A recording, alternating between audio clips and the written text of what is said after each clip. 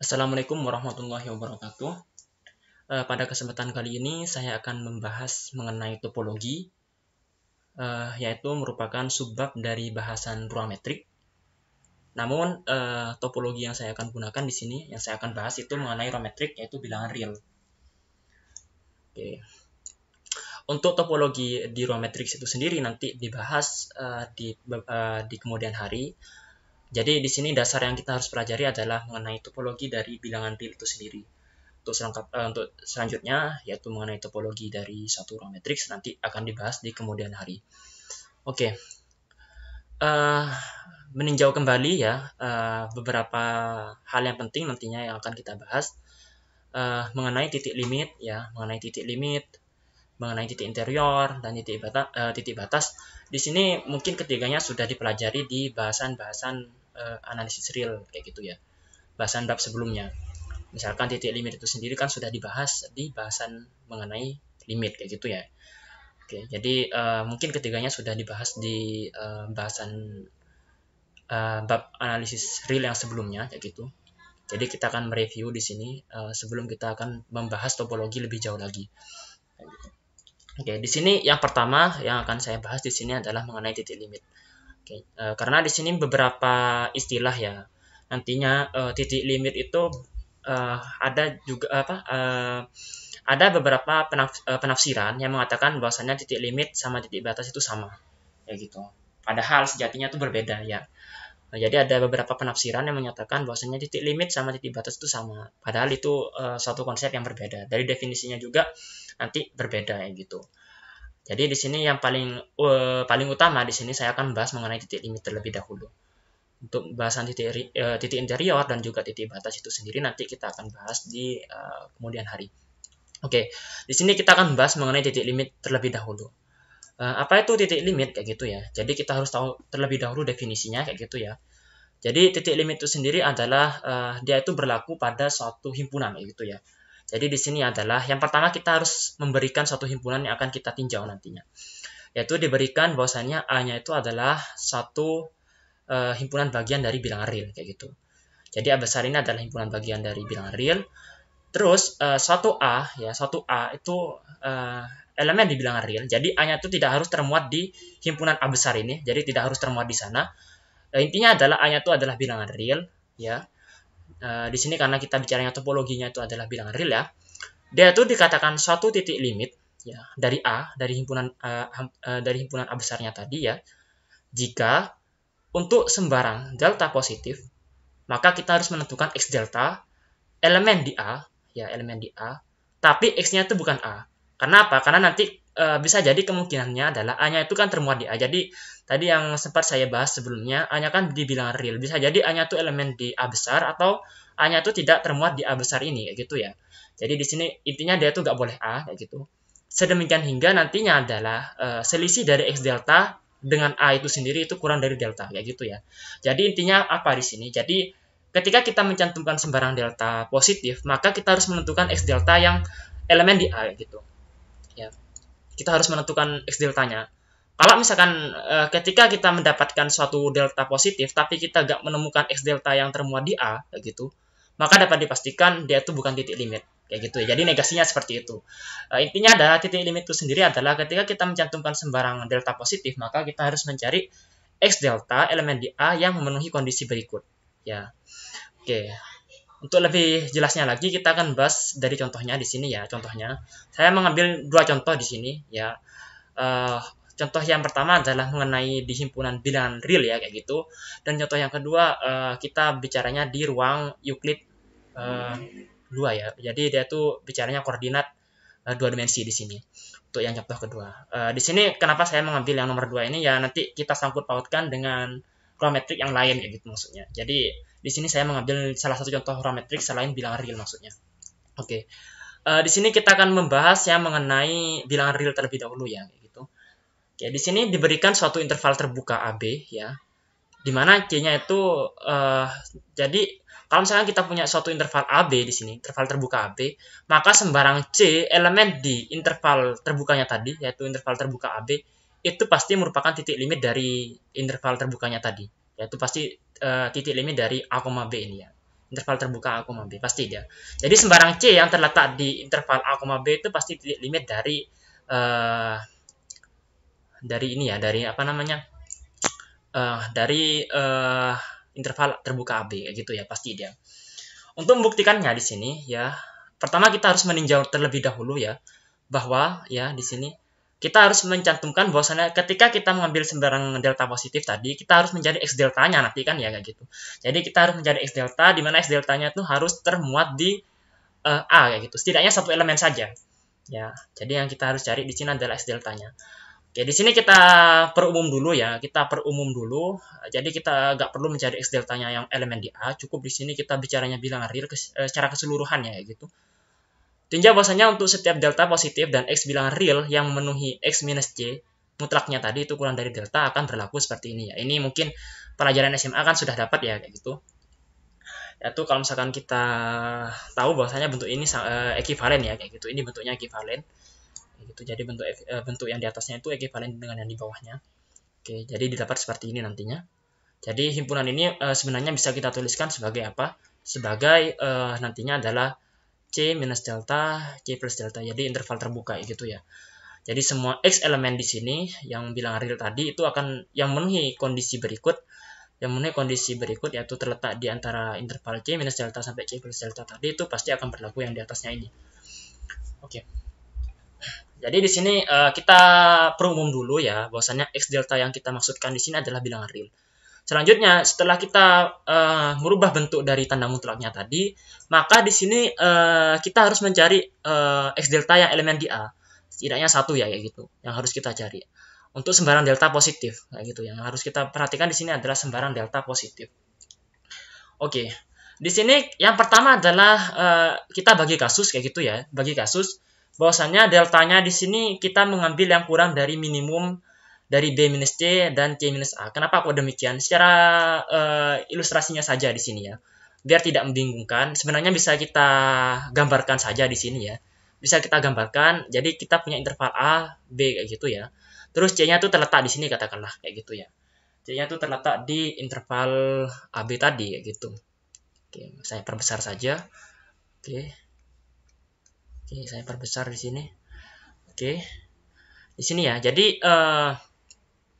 selanjutnya kita akan membagi kasusnya tadi ya. Kita balik lagi di sini ya. Tadi perlu kita perhatikan bahwasannya ini ya. Tadi ya menyatakan bahwasannya deltanya di sini kita ngambil yang minimum di antara B minus C dan C minus A.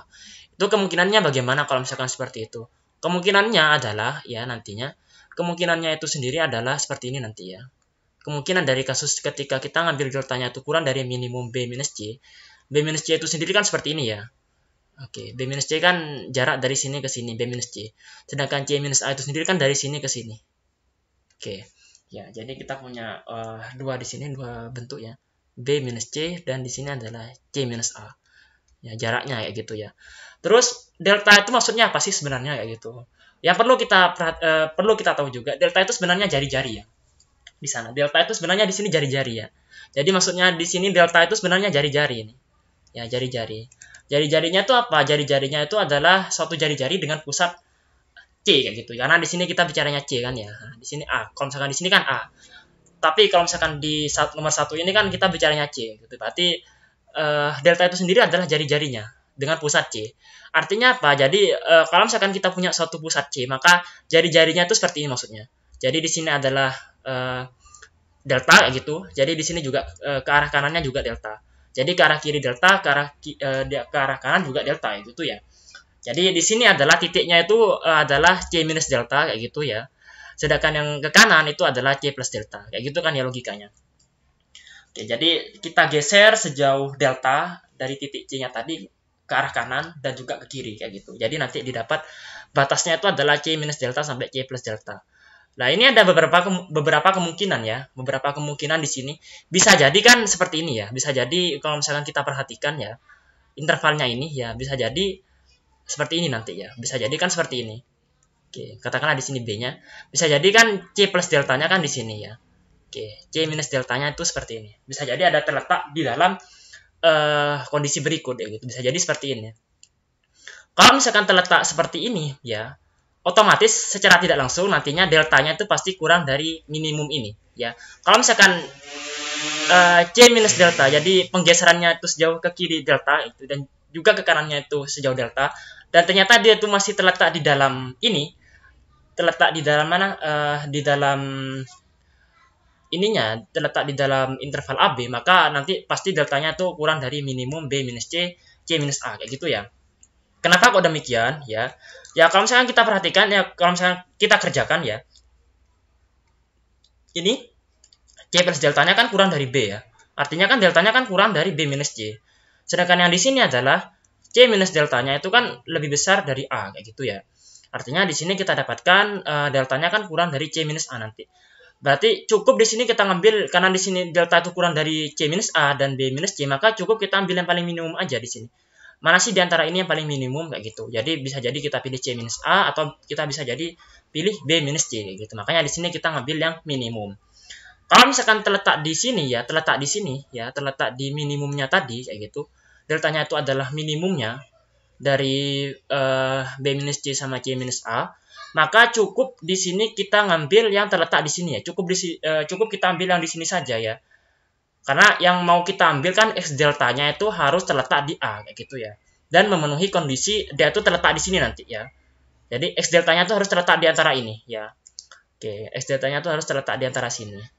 Tapi dia tuh harus termuat di sini juga ya. Harus termuat di interval AB kayak gitu. Kayak gitu ya. Oke. Jadi di sini adalah nanti yang kita ambil yaitu X deltanya. X deltanya tuh berada di interval C minus delta tadi ya, yang seperti yang saya bahas tadi ya. Terus dia tuh juga termuat di interval AB kayak gitu ya. Seperti itu. Oke. Berarti X deltanya bisa kita ambil di sini. Terus X delta yang mau kita ambil itu berapa? Sebenarnya di sini banyak ya kayak gitu. Asalkan jangan C ya. Tadi kan jangan C di sana, di definisinya kan jangan A di sini. Jadi X deltanya di sini yang semua elemen C minus delta sampai C plus delta di sini, semua intervalnya, asalkan jangan C gitu. Dan di sini saya mengambil X deltanya itu adalah C plus setengah delta. Ya, saya mengambil di sini C-nya sama C-nya tuh X deltanya itu adalah C plus setengah delta. Ya, kalau misalkan kalian perhatikan juga di sini ya, C plus setengah delta itu ya terletak di antara ini ya. Pasti dia. Oke. Nanti. Jadi C plus setengah delta itu juga benar kalau misalnya kita ngambil seperti itu. Terus kemungkinan yang lain juga bahwasanya ada kemungkinan juga nantinya seperti ini ya. Kemungkinannya juga di sini nanti jari-jarinya tadi itu ternyata melebihi ujung-ujungnya ya gitu ya. Bisa jadi dia tuh melebihi ujung-ujungnya. Ini saya langsung ambil saja ya gitu, ambil saja yang bentuk umumnya gitu. Jadi secara apa namanya ya, tanpa mengurangi keumumannya kayak gitu. Jadi tidak perlu kita perhatikan lagi yang sebelah kiri atau sebelah kanan, nantinya saya jelaskan setelah ini ya. Jadi kalau misalkan dia itu seperti ini ya, jadi deltanya itu ternyata melebihi kayak gitu. Jadi C plus deltanya katakanlah di sini ya kayak gitu. Kan ini kan melebihi dari titik batasnya B kayak gitu ya. Atau bisa jadi dia itu melebihi yang titik batas yang di sini, katakanlah C minus deltanya itu ada di sini. Jadi kemungkinannya seperti itu kan ya. Jadi di sini cara pengambilannya itu bisa kita ambil saja di sini ya. Kita bisa ambil saja yang nantinya, karena di sini jari-jarinya katakanlah seperti ini ya, jari-jarinya seperti ini ya, termuat di sini, juga termuat di sini, maka nanti cukup diambil yang ada di sini saja kan ya kayak gitu. Karena otomatis X deltanya itu kan harus termuat di interval AB kayak gitu. Ya, berarti X deltanya itu harus termuat di sini, ya, harus termuat di interval AB kayak gitu. Berarti kalau misalnya kita ngambil X deltanya yang ada di sini itu salah kayak gitu ya. X deltanya kita ambil yang di sini itu salah karena dia itu tidak termuat di interval AB kayak gitu. Jadi kita harus cari X delta yang termuat di interval AB intinya. Berarti kita bisa mengambil yang apa namanya? Yang berada di interval ini ya nanti. Yang berada di batas C sama B-nya kayak gitu. Kalau misalkan kita punya deltanya itu lebih besar dari B minus C, artinya dia tuh ke kanan ya gitu ya. Jari-jarinya tuh lebih besar dari B minus C kayak gitu. Kalau misalkan yang untuk yang apa namanya sebelah kirinya juga itu sama caranya ya gitu. Jadi deltanya tuh melebihi jari-jarinya yaitu C minus A tadi, maka dapat diambil nantinya A-nya itu maaf ya, X deltanya itu bisa kita ambil yang ada di sini nanti ya. Karena otomatis kalau misalnya kita ngambil X deltanya yang ada di sini kan tidak benar kayak gitu ya. Karena yang kita ambil adalah terletak di interval AB kayak gitu. Oke. Sebenarnya kan di sini kan kemungkinannya bisa jadi juga kayak gini kan ya. Kalau misalkan kita ilustrasikan kayak gitu. ilustrasikan ya. Ini yang saya sebut tadi tanpa mengurangi keumuman sebenarnya. Tidak apa-apa, sama saja sebenarnya caranya ya. Kalau misalkan di sini kan ke arah kanannya melebihi B, cuman ke arah kirinya tuh tidak melebihi, oh maaf ya, di sini seharusnya A ya tadi. Oke, di sini A. Tapi di sebelah kirinya tuh C minus deltanya tuh tidak melebihi A kayak gitu. Kan bisa jadi kan seperti ini. Di sini sebenarnya tidak masalah kayak gitu, tidak masalah ya. Jadi tanpa mengurangi keumuman. Jadi kalau misalkan kita punya salah satunya saja kayak gitu, cukup salah satunya saja yang terletak di luar batas ya gitu, maksudnya C plus deltanya itu ada di luar batasnya atau C minus deltanya yang ada di luar batas, maka itu sudah cukup membuktikan yang ini kayak gitu. Jadi tidak perlu apa namanya, tidak perlu kita tinjau satu kasusnya itu satu-satu ya gitu, nggak perlu. Cukup kita ambil yang melebihi sama yang tadi yang kurang dari A ya gitu ya, dari batas-batasnya. Oke, itu sama-sama benar sebenarnya. Oke, berarti di sini bisa kita buktikan bahwasannya nanti sembarang C yang elemen di mana di interval terbuka AB itu pasti merupakan titik limit ya gitu ya. Seperti itu. Jadi himpunan semua titik limitnya itu pasti ini ya nanti. Semua elemen di interval A, B kayak gitu. Oke, selanjutnya kita akan membahas yang mengenai ruang metrik di ini ya, ruang Euclid ya gitu. Dan di sini ruang Euclidnya itu adalah berdimensi 2. Oke, kita bicaranya yang di dimensi 2 ya gitu. Untuk normnya sendiri itu ada beberapa macam ya gitu ya. Normnya itu ada beberapa macam. Yang paling kita tahu itu biasanya norm itu yang panjang ya gitu, panjang vektor ya gitu ya. Panjang vektor itu kan didefinisikan seperti ini nanti ya.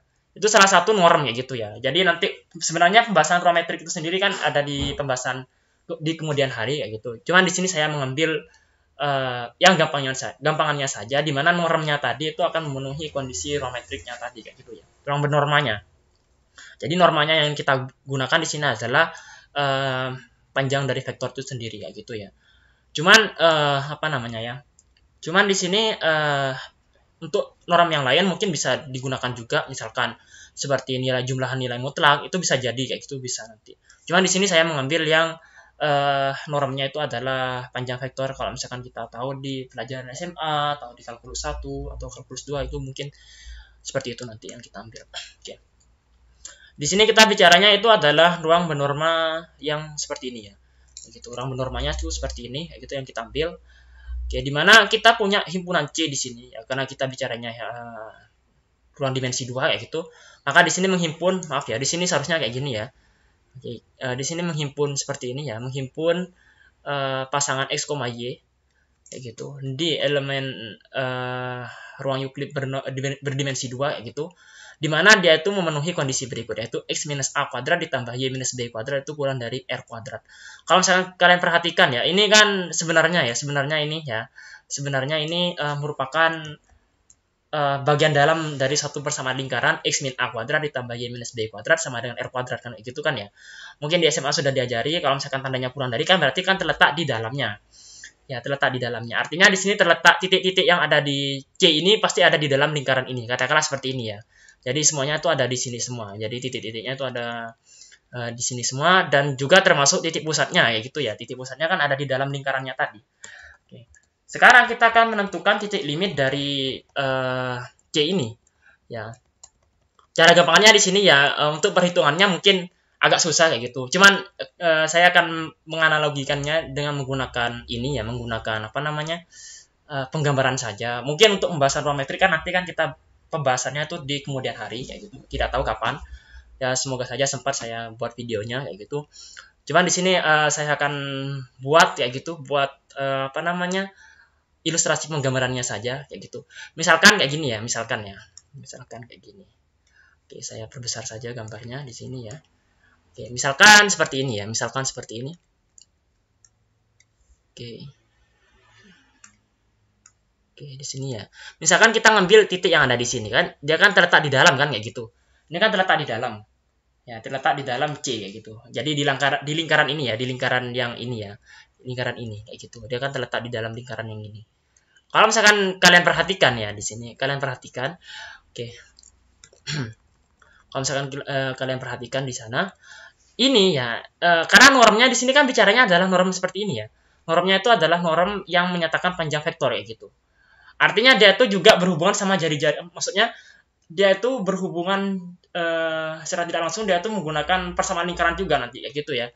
Jadi berarti di sini kalau misalkan kita membuktikan dia tuh titik limit, kalau misalkan di mana di ruang Euclid berdimensi 2 ya gitu, maka cukup di sini kita mencari persekitaran, atau persekitaran itu di sini kalau misalkan di ruang Euclid berdimensi 2 itu bisa dikatakan sebagai ball of radius kayak gitu.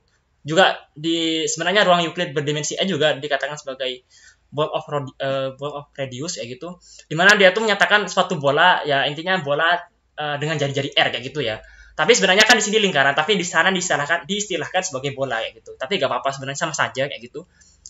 Oke, jadi di sini cukup kita cari suatu persamaan lingkaran kayak gitu yang terletak di dalam C kayak gitu ya.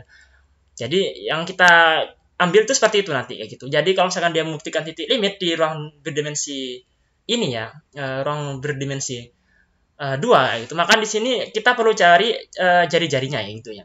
Jari-jarinya yang terletak di sini. Makanya nanti jari-jarinya cukup kita ambil yang di sini kan. Persamaan lingkarannya itu yang terletak di sini.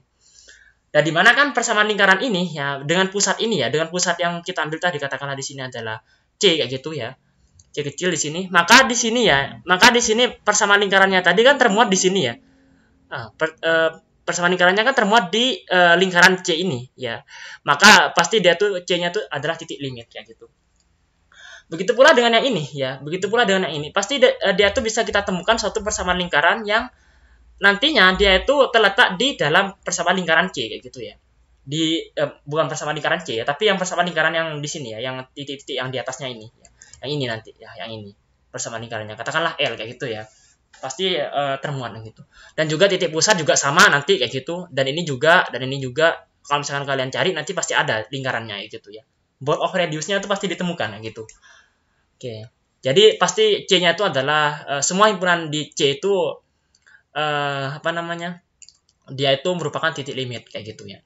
Jadi himpunan C ini pasti titik limit dari Jadi semua titik yang ada di C itu pasti titik limit dari C gitu. Lalu bagaimana dengan titik batas? Titik batas itu yang di sini ya nanti ya. Ini menyinggung masalah titik batas sebenarnya. Katakanlah di sini ya. Katakanlah dia tuh pas terletak di lingkarannya. Sebenarnya dia tuh masuk titik limit atau bukan ya gitu ya. Itu yang menjadi permasalahan ya gitu. Kalau misalkan kita buat jari-jari pun ya, dia itu jari-jari pun di sini maaf ya, bukan jari-jari tapi lingkaran. Meskipun kita buat lingkaran di sana ya, kita buat lingkarannya tadi kan ada beberapa bagian yang terletak di luar C kayak gitu kan. Ini kan C-nya kayak gitu. Tapi dia tuh terletak di luar C, itu gak apa-apa sebenarnya, tidak masalah. Asalkan ada sebagian saja atau intinya ada satu titik kayak gitu ya, yang nantinya itu masih terletak di ini untuk setiap delta ya gitu. Untuk sembarang jari-jari ya gitu yang kita ambil ya. Jadi di sini ada ya gitu, yang di sini juga ada. Jadi ketika kita makin kecil di sini ya, makin kecil, maka bisa kita temukan suatu titik yang terletak di L-nya tadi, di dalam C-nya tadi, maaf ya kayak gitu. Misalkan kayak gitu, ini kan jari-jarinya katakanlah delta ya gitu ya. Ini jarinya ketika delta kan di sini kan ada titik yang terletak di C kan kayak gitu. Terus yang di sini juga misalkan ini kita buat jari-jari lagi, persamaan lingkaran lagi dengan jari-jari delta ya gitu. Ini pasti ada ya di sini kan ya. Di sini kan masih elemen di C kan yang di sini. Kayak gitu. Oke. Seperti itu kalau misalkan kita bicaranya untuk yang ruang Euclid berdimensi 2. Namun untuk pembahasan secara perhitungan, secara matematiknya itu nanti kita hitung di pembahasan ruang metrik kayak gitu ya. Oke. Dan ini juga kalau misalnya kita bicaranya yang berada di dalam ini ya, dia tuh pasti terletak di dia tuh pasti titik limit dari C gitu. Jadi sembarang kalian mengambil jari-jari sekecil mungkin. Jadi semakin kecil jari-jarinya, dia itu pasti masih terletak di dalam C-nya tadi. Lalu bagaimana dengan misalkan titik luar yang ada di sini ya? Titik luar yang ada di sini. Dia tuh bukan titik limit, karena kalau misalkan kita ngambil satu jari-jari yang kecil di sini ya, kecil kayak gitu, dia tuh kan nggak termuat di sini ya. Jadi setidaknya nggak ada satu elemen yang di sini. Gak ada elemen ya, gak ada elemen di sini ya. Jadi gak ada satu elemen ya di sini. Yang ada di sini tuh, yang ada di sini kan, gak mungkin kan. Jadi kalau misalnya terletak di sini juga terletak di sini itu kan gak mungkin. Itu kan kayak penggambarannya yang salah kayak gitu ya. Jadi pasti kalau misalnya kita ngambil jari-jari yang besarnya delta di sini ya delta, maka di sini pasti tidak ada elemen C yang memenuhi kayak gitu intinya ya. Oke, seperti itu. Itu secara tidak langsung kita membahas sedikit ya mengenai titik limit di ruang metrik kayak gitu. Dan ruang metrik yang kita gunakan di sini adalah ruang Euclid berdimensi 2. Lalu yang sempat saya singgung tadi mengenai titik batas ya. Di sini kan titik batas.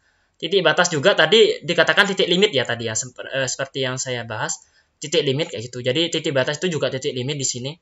Maka nanti secara tidak langsung kesimpulan yang kita bisa ambil ya. Oke. Yang bisa kita ambil nantinya adalah kalau misalnya kita kaitkan antara titik limit dengan titik batas nantinya ya. Kita bahas mengenai titik batas itu nanti di pembahasan selanjutnya mungkin kayak gitu. Jadi kalau misalkan titik batas itu jelas pasti titik limit kayak gitu ya. Karena seperti yang kita kita analogikan tadi, ini titik batas ya, ini titik batas, dia tuh juga titik limit kayak gitu ya, titik limit. Tapi untuk titik limit itu sendiri belum tentu titik batas kayak gitu ya. Ini nggak berlaku ya. Dia tuh nggak berlaku. Bisa jadi titik interior atau apalah gitu nanti. Oke, seperti itu. Ya mungkin pembahasan untuk mengenai titik limit bisa dicukupkan untuk sekian gitu. Kurang lebihnya saya mohon maaf. Saya akhiri, wassalamualaikum warahmatullahi wabarakatuh. Semoga bermanfaat dan semoga mendapatkan ilmu yang barokah. Amin amin ya robbal